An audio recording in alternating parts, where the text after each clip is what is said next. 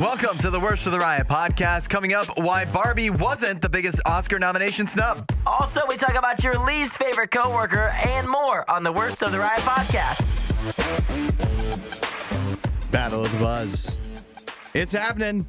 About an hour from now, new music from Gladden, a new artist here in the Battle of the Buzz. We haven't played Gladden before, have we? Not that I know of. No, I don't think so. And then I'll tell you, we've definitely played Project 86 before, and they're in the Battle of the Buzz as well. So you're going to want to be here for that about an hour from now. Also coming up, Valentine's Day. One of the great ways to, or the great times of year to get revenge on your ex for some reason.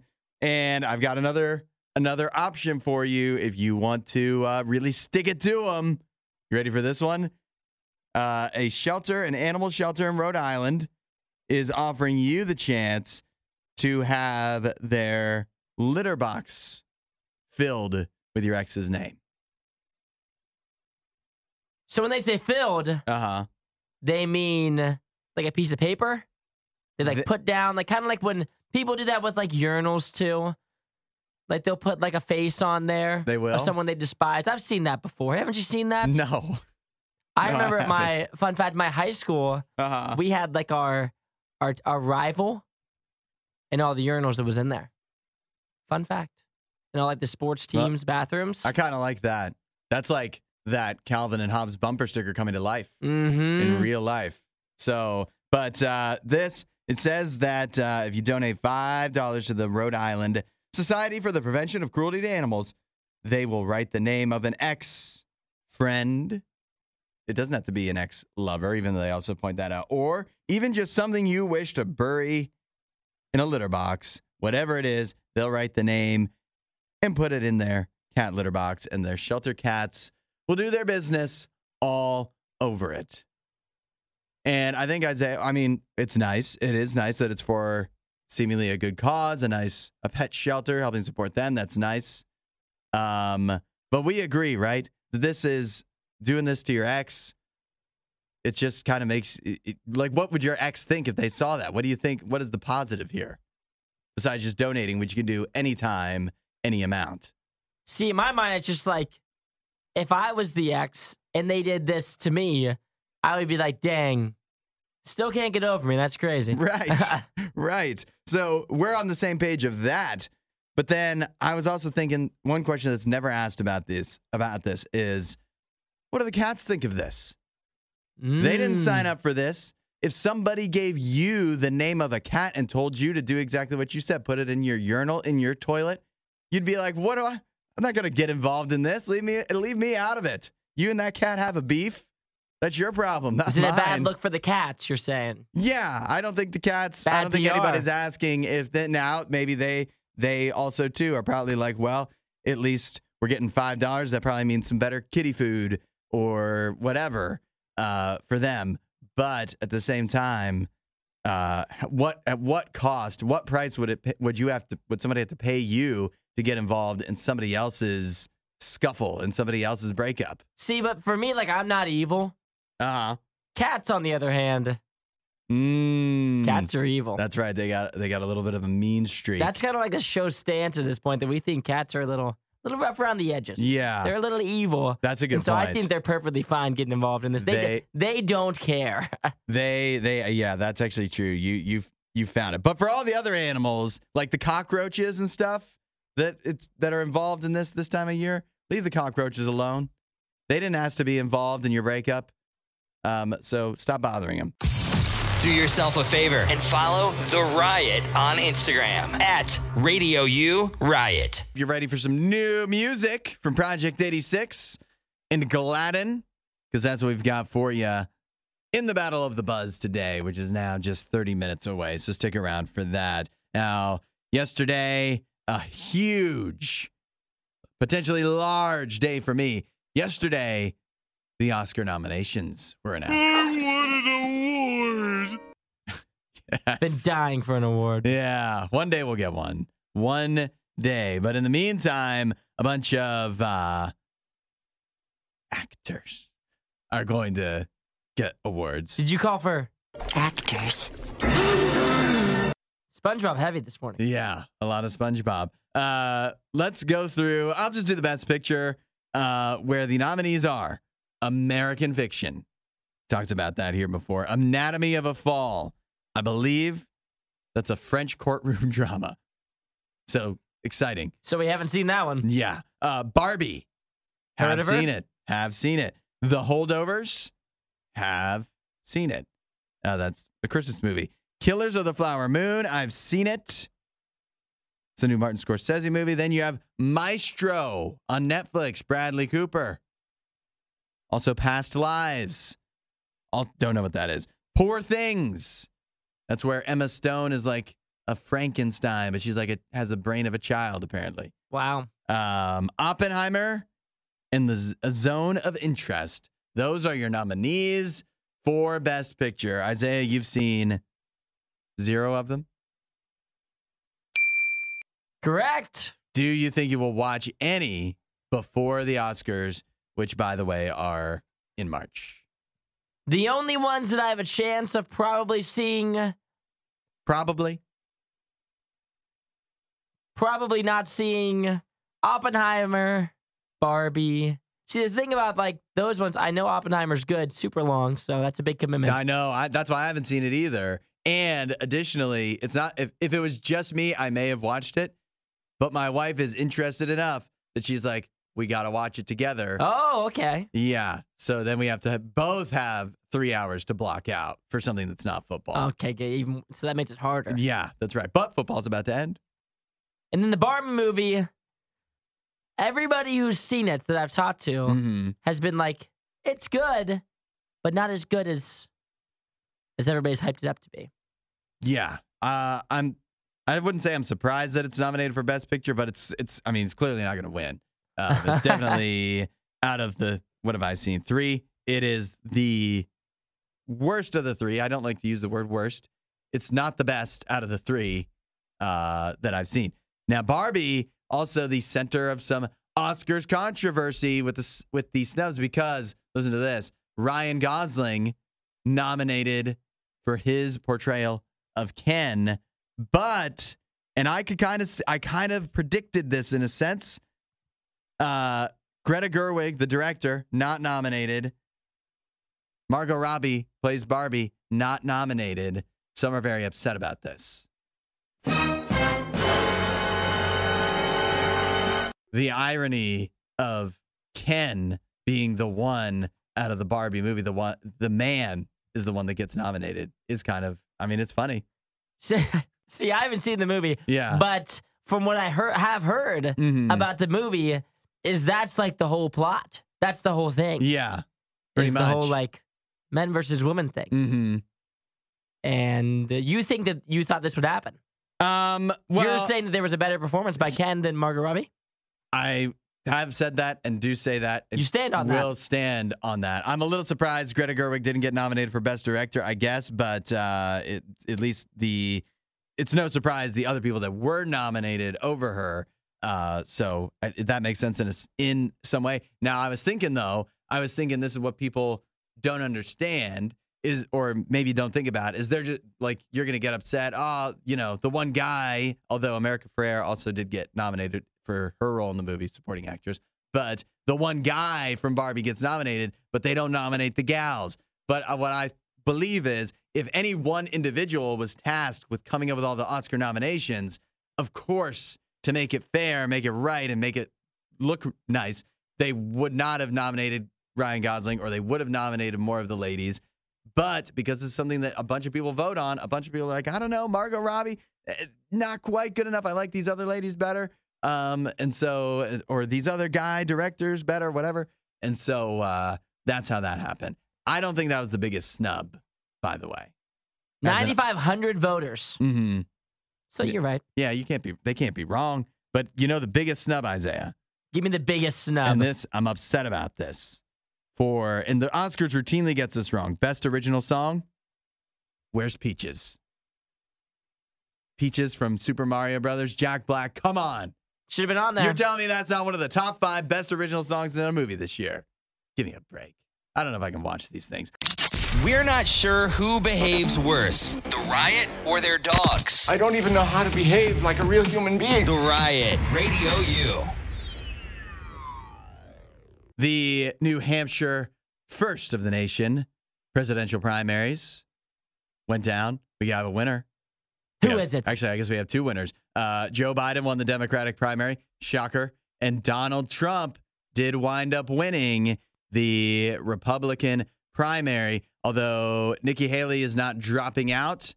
I mean, functionally, essentially, it's now decided that unless something wild happens, it's going to be Joe Biden against Donald Trump when the presidential election rolls around this November. Some people, what do you think about that? I don't know if I want to put you on the spot. Let's do it. Some people, now that it's basically decided, whether you like or dislike the matchup you're getting, you may just be like, well, at least we don't have to deal with like a primary where there's more stuff. You know what I mean? Because in previous elections, you've had primaries that drag out for months and months, and some people don't like that dominating the news, don't like hearing about all that. So that could be at least some silver lining, perhaps, even if you're upset positively with the results. I was thinking about this, Isaiah, with politics, because we're in for, whether their primary continues on or not, the presidential election's coming up. Any election year is always contentious, to say the least.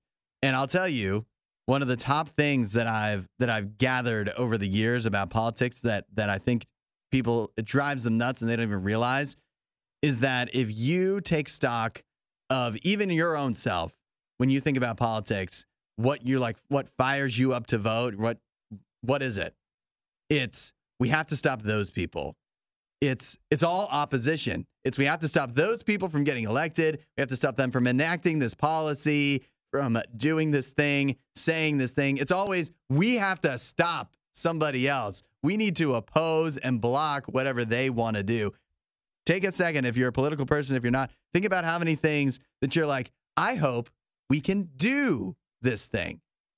And what's kind of crazy is, especially in a presidential election year, you would think that's the top time where you want to be kind of positive. Like you'd want a presidential candidate that's like, we need to do these good things. But that just gets drowned. Even if they say that stuff, which they do, it just gets drowned out by all of we have to stop the other people. We have to stop all this stuff. And that's just, at the end of the day, it's just a negative way of looking at life. And politics is such a big part of so many people's lives. If that's what's dominating it, you're just going to have a negative outlook on the world when there's still a lot of good things going on, and politics can be meant for some good things. I say all that to say this. God wants to influence you to build good things. There is lots of stuff that, yes, probably should be opposed. Very reasonable to say that.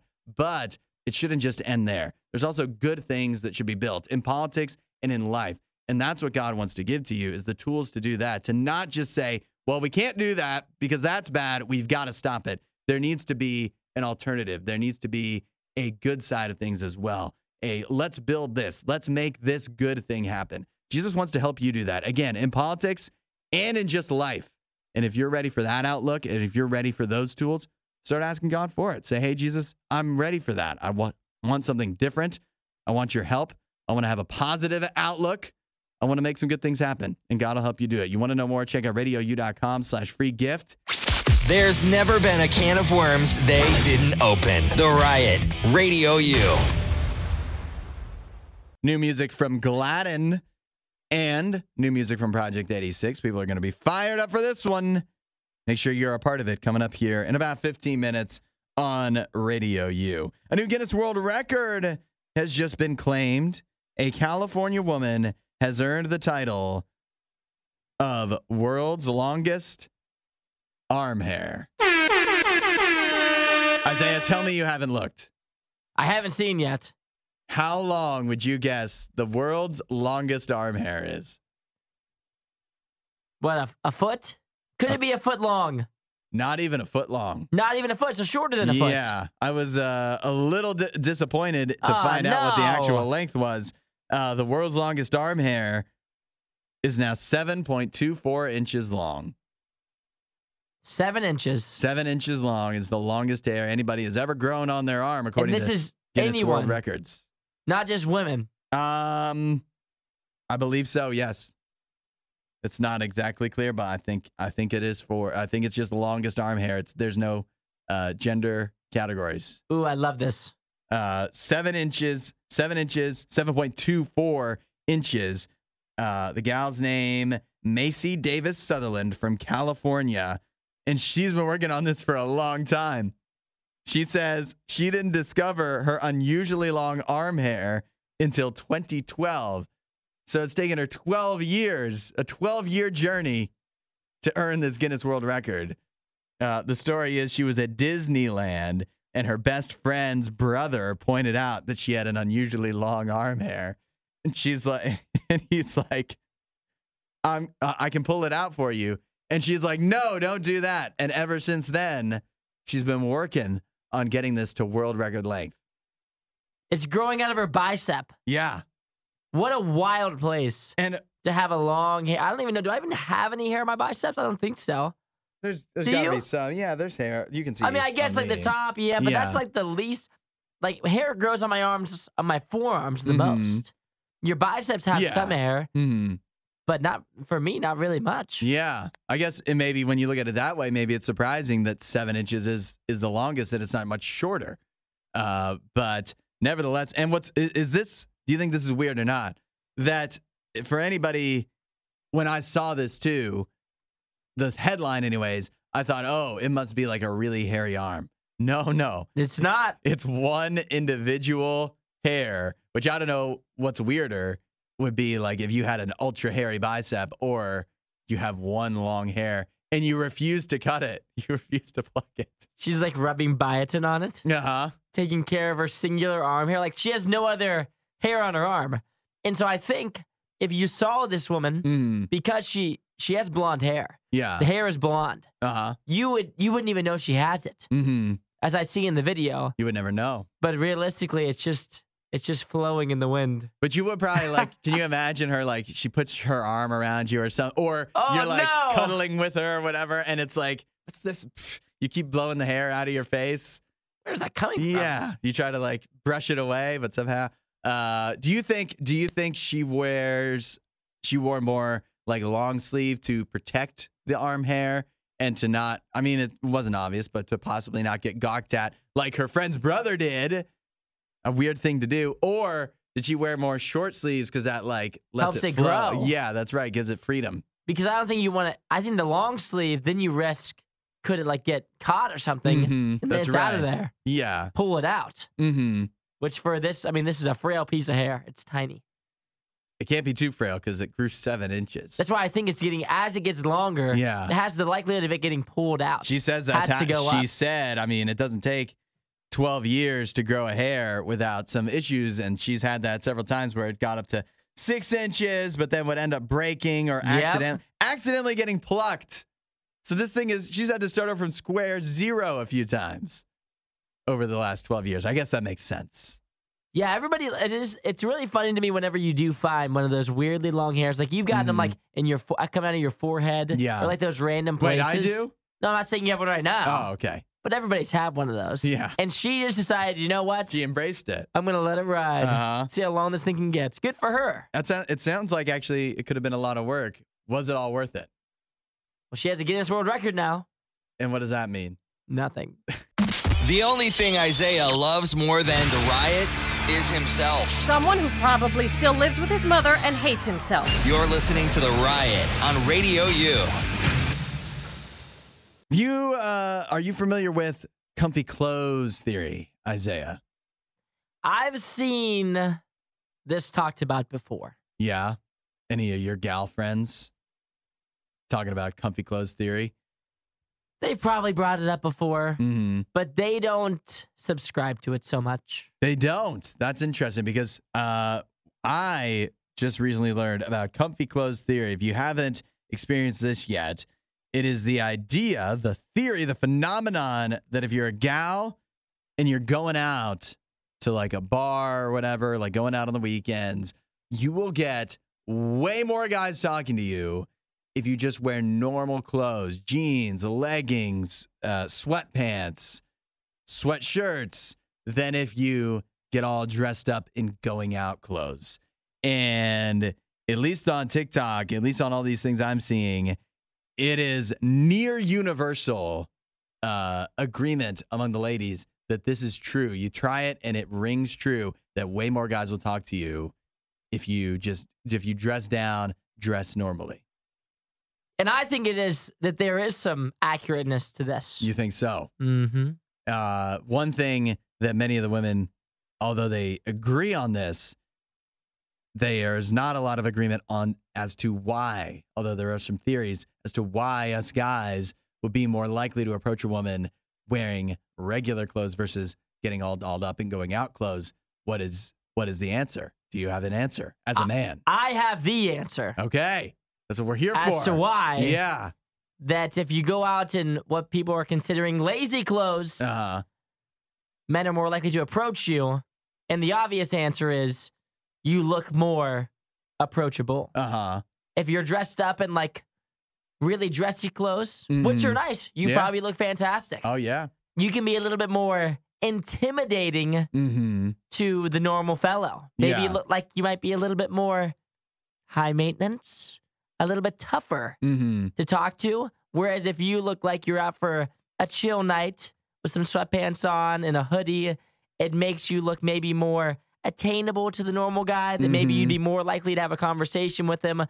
Men, when they are out and about and want to approach girls, the main thing they're thinking in their mind is denial.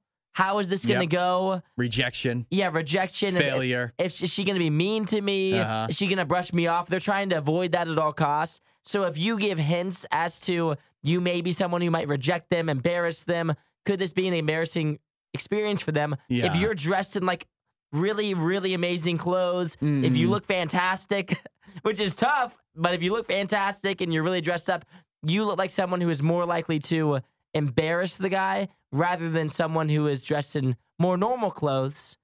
That could be a more approachable person to where you probably feel like they'll be more or less likely to deny you. So then the question for women, and I've seen some debate about this, is then if you're going into the night, you can wear comfy clothes and have way more guys approach you. But some people say, some of the ladies are saying that if you dress real nice, then that's their way of weeding out. Like if a guy can't approach you when you're dressed at your nicest, looking real good, then it's not somebody of interest to you. So even though you may get higher numbers of guys approaching you in the comfy clothes theory, there's a reason, even if we don't realize why the comfy clothes theory is not commonplace, and that's because all of us flaky guys are out there, I guess, approaching the comfy clothes gals, even though we may not be winners. And like it's the balance of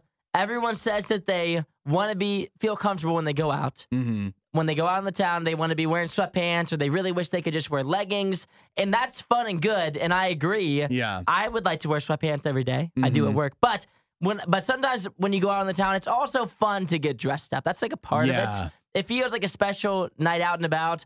And so it just depends on what your priorities are. If you're trying to meet someone, then maybe you wear comfier clothes. But also if you're trying to meet someone, you want to look your best. So you feel like you need to wear really nice going out clothes. So it just says that whatever you want to wear, you can wear. It is funny to picture, though, and I don't think this is common, but like two gals or like a group of gals going out, and some of them put like a lot of effort, really work real hard, and they're real jazzed up to get it, I'm looking great tonight. And then the one gal that just gets all the attention is the one that dressed in sweatpants. That like showed up last. Yeah. And she's like, I don't even want to go. I'm not going to get ready. They're like, come on, just go. Yeah. She's like, I'm just coming straight from work. And you're like, come on.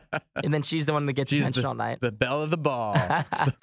There's never been a can of worms they didn't open. The Riot, Radio U.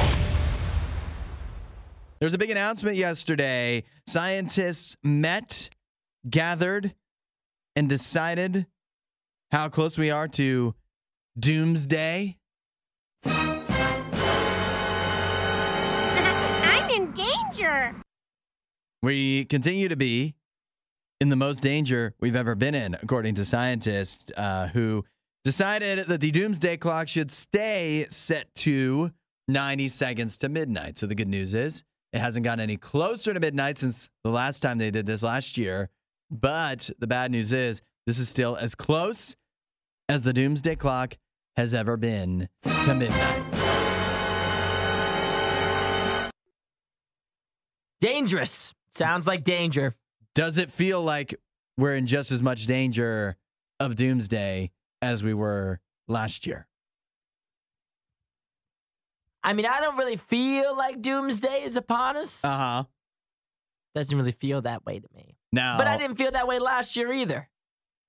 I feel like looking back, I could see it more. Last year? Yeah, because I don't know, like the Russia-Ukraine thing felt fresher and more dangerous. True. And now it just kind of feels like it's still going on, but it doesn't feel like it's going to escalate in some wild way anytime soon. But I mean, what the heck do I know about it? It's not like I'm following that. But then we also think, though, too, you got like the Israel conflict going on right now. There's many conflicts around the world. Plus, I think they factor this into, you've got the idea of artificial intelligence. Could that one day bring us down? And so I don't know. I guess the argument can surely be made that we are as close as we've ever been to destruction, or at least that things aren't great right now. But at the same time, I don't know that it does feel that way. It says that obviously we are in a time of unprecedented danger. And this means the threat of nuclear war is the highest it's ever been. Yeah, I don't know. I feel like people you go back in time, I feel like people would have said differently. But I also don't know how long they've done the doomsday clock. Don't you think? It started in 1945. Since then, yeah, we've never been closer to destruction than now. Like, really? Yeah. Come on. I'm not going Apparently to go this through was- and name tragedies and conflicts that have happened since 1945, but there's been a lot of them that felt like they were closer to being the beginning of the end, to me anyways. This was formed by a group of scientists, including Albert Einstein. What does he know? Once again, cites wars and climate change for moving the clock closer to midnight. Like what were they gonna do? Move it to 60? Like, what would warrant? Yeah, them moving it to 60 it couldn't get seconds? closer, but I don't know if they care about this, but if they moved it back to like 3 minutes to midnight, there'd be probably an outcry. They'd be like, "Don't you see what's going on over there?" And yes, what's going on there is bad, but is it going to end the world? Because that's what this is about, right? Yeah, because then if you move it back, then it makes people's fears. It kind of like puts them to bed, and they don't like that. Yeah. When you tell them like, this isn't a big deal. They hate when you tell them that. Yeah. So I can understand why it didn't move. They wouldn't like us on the Doomsday Clock They Committee. would hate that if you said it's actually not that bad what you guys are going through. Not that big of a deal. Yeah. Individual things bad. World not that bad. Not so bad. Like World kind of bad. Kind of okay. Add a little riot to your Instagram feed. Follow @RadioU Official. The Riot. Radio U. You want to know how much you're supposed to spend this Valentine's Day? Well, this should be a reasonable number. Better start budgeting. You've got less than a month. The answer actually is it depends. By and large, I'll give you this, that for most people, it's going to fall somewhere between $150 and $200. What did he say? You heard me right. That's a lot of money. Between $150 to $200. What does that include? You know, what does that include? Dinner. Okay. And a gift. Mm-hmm. Flowers, probably. Yes. Maybe some chocolates, like the heart chocolates. Maybe Not a bad idea. Yep, all that. If you can get that all for $200. Yeah, like I didn't know if you were including What else? the Valentine's Day dinner. Yeah, the dinner's a part of it. I didn't know if this was just gifts. Dinner's a part of it. Okay. That's not as bad then, but still. Ooh. But it does depend, particularly, and this shouldn't be a surprise, it depends how long you've been together. See, worst case scenario, you've been together 1 to 2 years at this point. Because then, now we're talking $247 on average. Whoa! Hey-o. $247. Yeah. So if you 1 to 2 years, Mm-hmm. is more than a longer relationship. Yes, and a shorter. If you've been together less than a year, maybe this is a little surprising, the average is $186. That's a wide gap. You've been together less than a year, $186. Then next year, you better prepare to pay up $247 for the next 2 years. Then you get to, once you hit that point, then you're talking back to $189 is the average. So it seems like 180 is just the sweet spot you of gotta what hit, people are supposed to be spending. You got to hit 180. That's wild. That's a lot of money. We thinking gifts like a necklace? Uh-huh. But see, then you think about that, like talking jewelry, that's nothing to spend on a lot of jewelry. That's what I'm thinking too. Yeah. I think the majority of this is actually going to your dinner. And then the gifts, I don't know. Do people like, is that a every single year thing you get like a nice gift for Valentine's Day?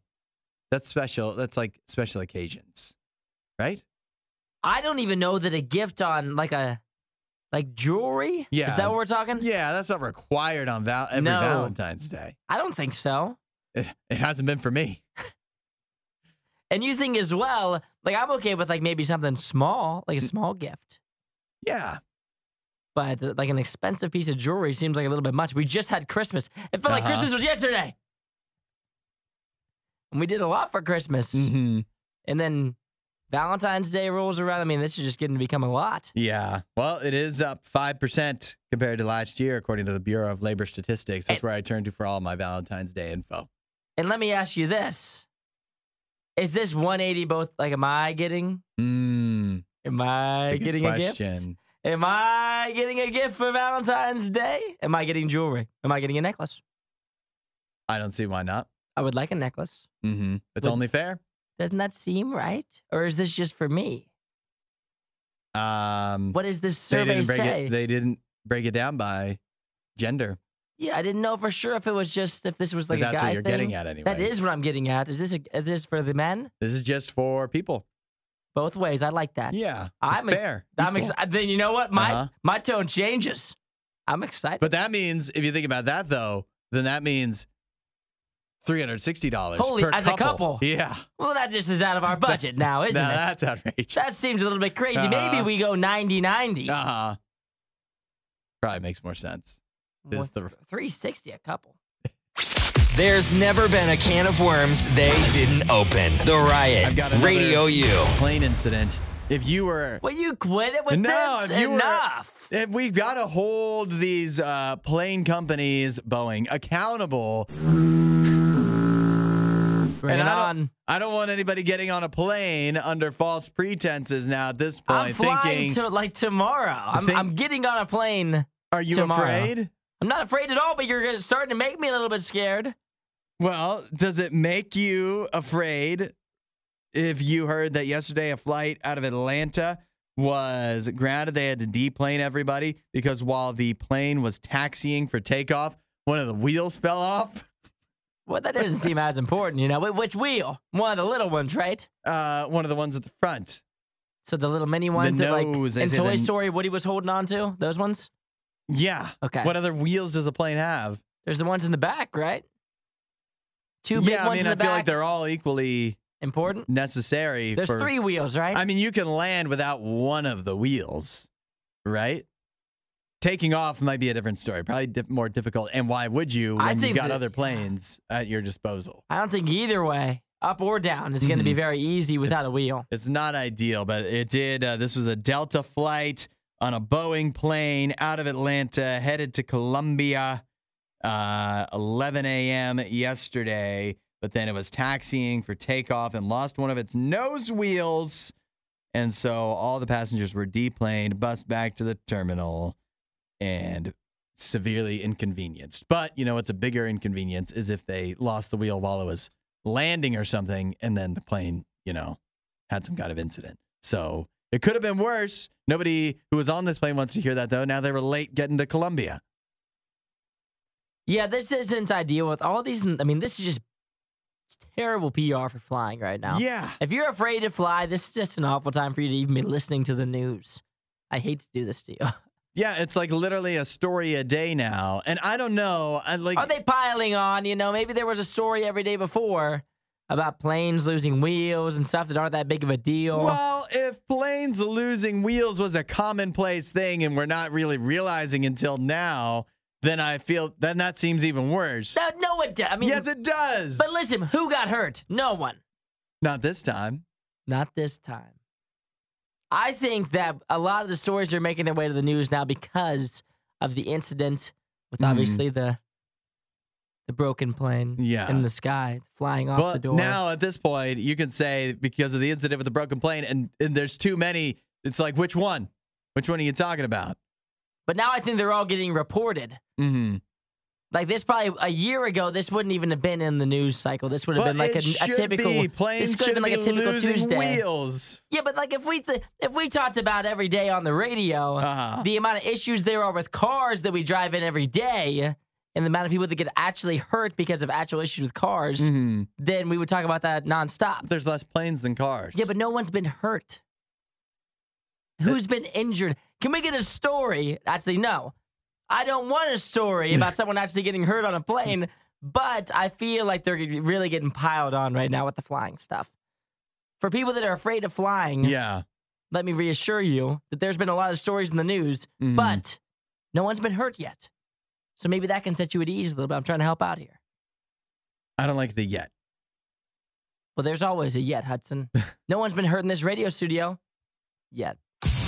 Do yourself a favor and follow The Riot on Instagram at RadioU Riot. It's Would You Rather Wednesday. Today's question, would you rather be able to get rid of one of your annoying coworkers or classmates or professors or whatever, or would you rather not have to commute anymore and you just, boom, at work or school or whatever right away? The answers are pouring in.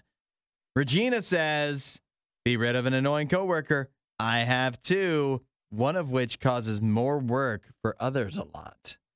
It's a good answer. Let's get rid of them. I hope they're listening right now. Mm-hmm. Then you have Mark and Billy both pointed this out. They said, getting rid of one annoying coworker could come back to bite you if you end up with somebody replacing them. That is worse. Now, one, to both of you, I say, that's a terrible attitude to have. The most annoying person you work with, and you're assuming that the person that replaces them is going to be worse? We can only hope that it gets better. Right. You got to talk to your boss, you know? That's like, another thing I was going to say is it's also not my problem. If we're going to hire somebody, can you at least let me meet them before we hire them, please? Just want to make sure they're not annoying is all. But Mark did say he has currently a 23-minute commute, used to have only 8. He would choose the commute, but the coworker thing, and Billy actually said very similar, is that it could come back to bite you. Susanna, lose the commute for the sake of being of saving gas and not having to worry about car problems and safety on the road. That's a good answer. D says, I don't really have any annoying coworkers, and most of the people that she works with actually do live right near where she works, so she's going to choose not commute. Isaiah, you know what that means, though. What's that mean? If you don't have any annoying coworkers. No. Stop D, it. I hate to tell you. No. Please. I'm sure D's not the annoying coworker. Isaiah, what would you answer here? See, because I was thinking the same thing. I don't really have any annoying coworkers. That means yet again, I am probably I'm the annoying one. You're the one coworker. And so for that reason, I am picking the commute. But my reason, similar, I think Billy brought this up too, or maybe it was Mark. He says he prefers to sleep more. That's a big thing for me. I wake up early. I have a pretty long commute to work. Yeah. I live kind of far away. So that would give me a lot of extra sleep time, which I would love in the morning. Are you concerned? I'm sure that your work life comes secondary to your personal life. I mean, but clearly. Are you concerned that if you had no commute and then you had to come in and do the show every day straight from like you just roll out of bed and you're here for the show. Walking across the street. That you'd be a little sleepy when you got started. Oh. Because you remember Nikki lives very close by. And she was sleepy every single morning. Yeah, we do. All the time. She was tired. Came in all bleary-eyed. No, I think I would love to have no commute. And because then if I lived so close, then I could it'd be way easier for me to care for my pup, Jim. I could just bounce over in between segments, let him outside, give him a treat, bring him in here. Yep. Think of all the pluses, the bonuses that I'd be so close to my son. It depends how long your commute is. I'm sure if I had a longer commute, I know that'd be the easy answer because it would free up so much of your day to do other stuff or to not do other stuff and just not be working.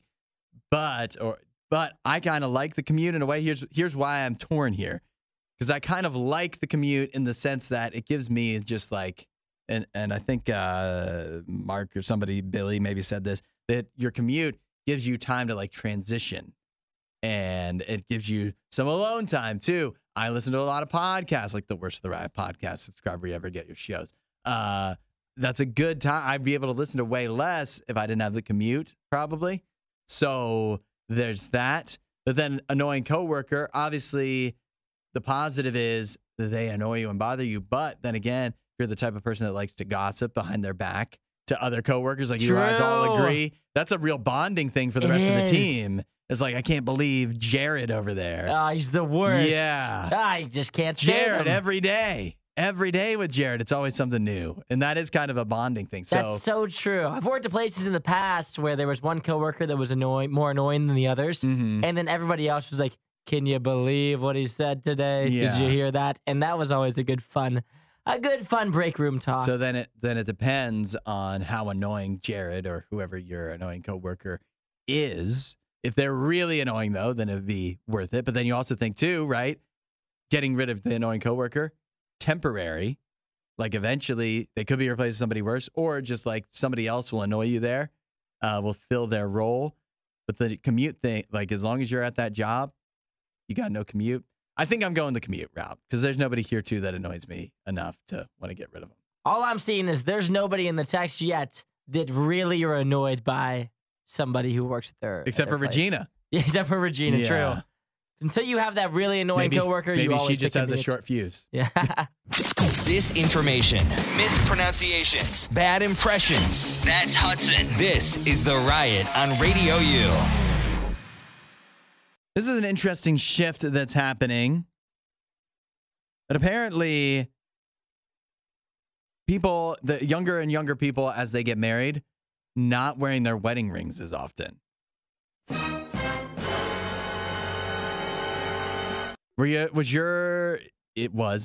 Is your mom like this, Isaiah? Like she would wear her wedding ring constantly? Like you never saw her without it? On the contrary. Really? My mom isn't real good with jewelry. Okay. Which she'll admit. She's more of a necklace gal because she can't lose that. Yeah. I believe the story is my dad got my mom a wedding ring. Mm-hmm.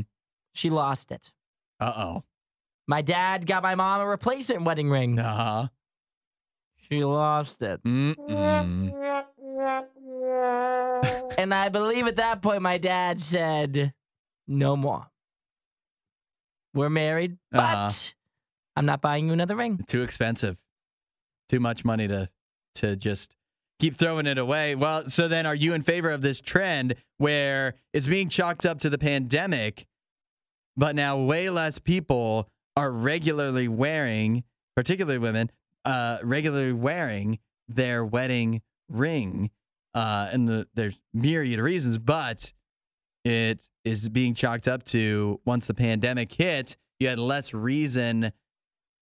You weren't going out as much. And so then you had reason to take it off because it's like, well, you might take it off for some certain tasks anyways, like doing the dishes, for example, and you wouldn't want to lose it. So then you take it off then, and then you just kind of wind up not putting it back on as much. And now that's just become kind of more the norm. Whereas in previous generations, I mean, I know my mom was like this. The wedding ring, you never saw her without it. And then you think about this too. A lot of people work from home now. Yep. So then when you work from home, you're not putting any jewelry on. Yeah, who do you need to impress or remind that you're married? And then you think about like wearing your wedding ring is like a part of getting dressed. Yeah. But now it's just more so that people aren't having to get dressed for so many days of the week that it kind of, you start to get out of your typical habits. When Monday through Friday, you're not getting prepped and ready to go in. Yeah. Then maybe on Saturdays and Sundays, the wedding ring becomes kind of a forethought, an afterthought, actually. Yeah. So if this is the case, does that mean, of course, my mind goes to this, although I'm already married, should we spend less on wedding rings? Oh, Hudson, that's if you're not going to wear wild. them as much. If you're not going to wear it. Yeah. You got to get my money's worth. Got to get your use out of it. Come on. That's a good question. I spent a year's wages on this or whatever. Wear that darn thing. Yeah, you better. You better wear it. You better wear that morning, noon, and night while you're sleeping, while you're awake. Because then you can toss out the, what, you don't like it? You don't love me. Are you embarrassed of me? You don't love me enough to wear my ring. When people ask about it, like, where's your wedding ring? What do you say? What do you think? Let me see. Do you have your wedding ring on? It's not the same. It's not the same for guys. It's not the same. Oh, HUD. Also, I'll say all this, that my wife, and I don't think this is chalked up to the pandemic at all, this is already her kind of ring scenario. She puts it on if she's going out, but not just like the grocery store, but if she's going out like to do something, it's a part of getting like dressed. But even then, sometimes she forgets, and that is, I don't know. She's never been questioned on it as far as I know. Have you ever been like out in public, been like, where's your ring, love? No. Where's your ring? Don't you also, like your ring? She's kind of apt to misplace jewelry because there's a lot of it. Oh, well, congratulations on all your success, brother. Good work. Find more Riot content online. Riot.radiou.com.